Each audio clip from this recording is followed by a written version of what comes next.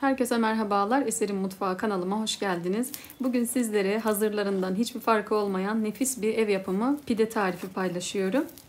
Kesinlikle fırından aldığınız pideyle hiçbir farkı yok. Tadı, kokusu aynı birebir oldu. Bu tarifimle pideyi kendiniz evde gönül rahatlığıyla deneyebilirsiniz. Dilerseniz hemen tarifimizin yapımına başlayalım. Öncelikle kabımın içerisine mayanın aktifleşmesi için 2 su bardağı ılık su, 1 paket kuru maya ekliyorum. Siz isterseniz yarım paket yaş maya da kullanabilirsiniz.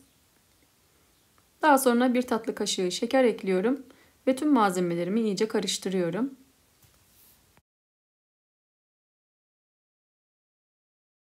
...10-15 dakika üzeri kapalı bir şekilde mayalanmaya bırakıyorum. Yoğurma kabının içerisine 4,5 su bardağı un ilave ediyorum ve ortasını havuz şeklinde açıyorum. Kenarda 15 dakika boyunca dinlenmiş olan maya karışımımızı orta kısmına döküyorum ve üzerine 1 tatlı kaşığı tuz ilave ediyorum. Orta kısımdan başlayarak spatula yardımıyla karıştırmaya başlıyorum.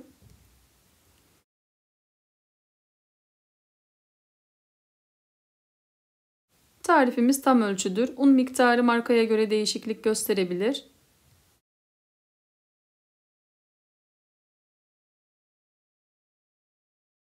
Hamuru spatula ile toparladıktan sonra spatulayı çıkarıp elle yoğurma işlemine geçiyorum. Hamurumuz yumuşak bir kıvamda olacağı için masanın üzerinde yoğurmayı tercih ediyorum.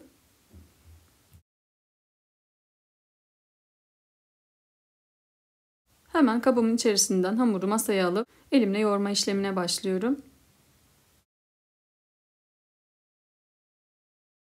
Pide hamurumuz çok yoğrulması gereken bir hamur. 4-5 dakika boyunca sakız kıvamı alana kadar iyice yoğuruyorum.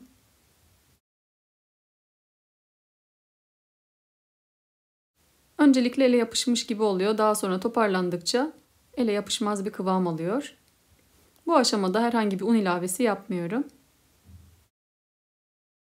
Tüm tariflerim gibi bu tarifimde de kullanmış olduğum malzeme listesi açıklama bölümünde bulunmakta. Kaçıran arkadaşlarımız videonun altındaki açıklama bölümünden ulaşabilirler. Gördüğünüz gibi vurma hareketleriyle de hamurun içerisindeki gluteni iyice çıkarıyorum ki hamurumuz esnek bir kıvama gelsin.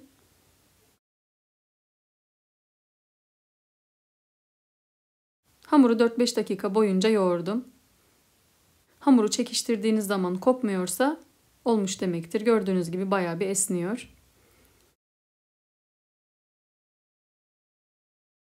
Hamurumu toparlayıp yoğurma kabımın içerisine az miktarda un serperek içerisine yerleştiriyorum. Ve 1,5 saat boyunca ılık bir ortamda üzeri kapalı bir şekilde mayalanmaya bırakıyorum. Hızlı mayalandırmak için fırının derecesini 50 dereceye getirip daha hızlı bir şekilde kısa sürede mayalandırabilirsiniz. Hamurumuz 1,5 saat boyunca mayalandı. Gördüğünüz gibi gayet güzel şekilde kabarmış. Hamur kesici yardımıyla hemen şöyle bir toparlayıp maya kokusunun gitmesini sağlıyorum. Bu aşamamız çok önemli. Mutlaka havasını alalım ki maya tadı gelmesin. Hamuru toparladıktan sonra masamın üzerine un serperek hamuru masaya alıyorum.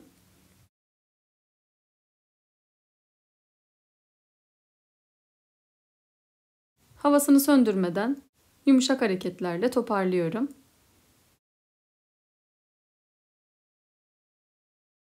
Hamurumuzun kıvamı çok güzel oldu. Yumuşak, istediğimiz kıvamda oldu. İhtiyaç oldukça az miktarda un serperek şekil vermeyi kolaylaştırabilirsiniz. Hamuru toparladıktan sonra 2 eşit parçaya ayırıyorum. Bu ölçülerle 2 adet pide elde ediyorum.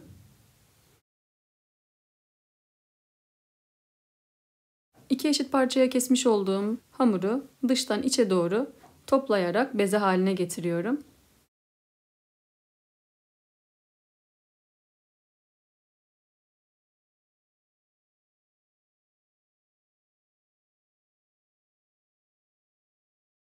Gördüğünüz gibi hafif hareketlerle şekil veriyorum.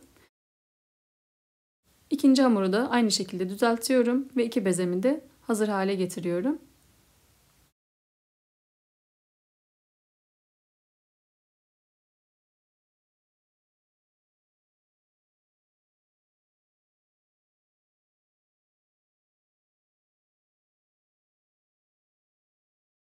Bezelerimi hazırladıktan sonra 2 adet yağlı kağıdın üzerine mısır unu serpiştirdim.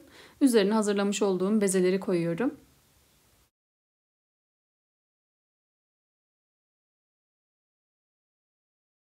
Ve mayalanması için üzerini kapatıp 30 dakika dinlendiriyorum. Bezelerimiz kenarda mayalanırken üzeri için sos hazırlıyorum. Kasenin içerisine yarım su bardağı sıcak su, yarım çay bardağı soğuk su ve 2,5 yemek kaşığı un ekliyorum ve çırpıcıyla iyice karıştırıyorum. Bu sosumuz olmazsa olmaz pidenin üzerine kullanacağımız ve asıl tadı ve kokuyu verecek olan özel sostur. Sosu iyice çırptıktan sonra kenara alıyorum.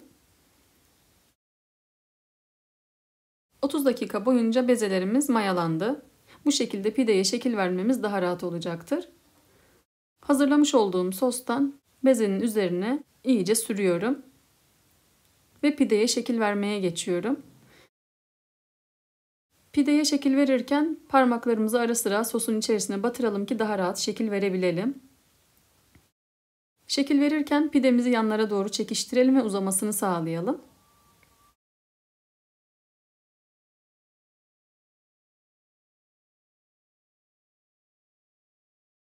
Son olarak çizgilerini belirginleştirmek için üzerinden tekrar geçiyorum.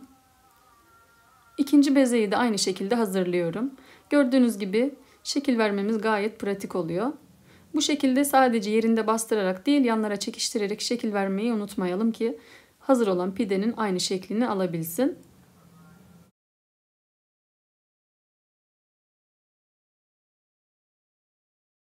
Pidemizi hazırladıktan sonra kalan sostan üzerine birazcık gezdirdim. Ve hemen pidemizi rahat bir şekilde tepsinin içerisine yerleştiriyorum.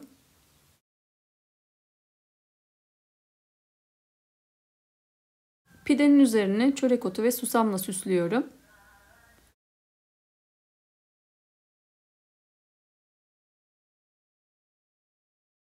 Gördüğünüz gibi ilk pidemiz hazır.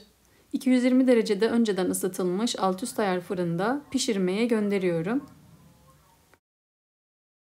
İlk pidemiz fırından çıktı. Toplamda 15 dakikada pişti. İkinci pidemi de hemen fırına gönderiyorum.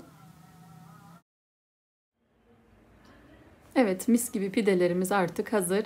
Gördüğünüz gibi çok güzel şekilde pembeleşmişler. Çıtır çıtır harika bir dokusu var. Mutfağa saran kokuyu almanız gerekiyor. Kesinlikle fırınlardaki pide kokusunun aynısı. Gördüğünüz gibi içi de çok güzel şekilde pişmiş. Tadı, dokusu ve görüntüsüyle hazırdan hiçbir farkı yok. Hazır almanıza hiç gerek yok. Bu tarifi gönül rahatlığıyla deneyebilirsiniz.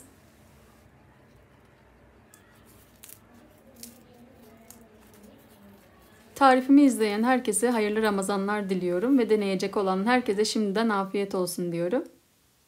Deneyecek olan arkadaşlar yorumlar kısmında düşüncelerini benimle paylaşabilirler. Bugünlük de bir tarifin daha sonuna geldim. Umarım çok beğendiğiniz bir tarif olmuştur. Tarifimi beğendiyseniz beğenmeyi, kanalıma hala abone değilseniz abone olmayı unutmayın lütfen. Tariflerimi görmesini istediğiniz arkadaşlarınızla paylaşabilirsiniz. Bildirim zilini aktifleştirerek paylaşımlarımdan anında haberdar olabilirsiniz. Farklı ve lezzetli tariflerde görüşmek üzere. Kendinize iyi bakın. Hoşça kalın.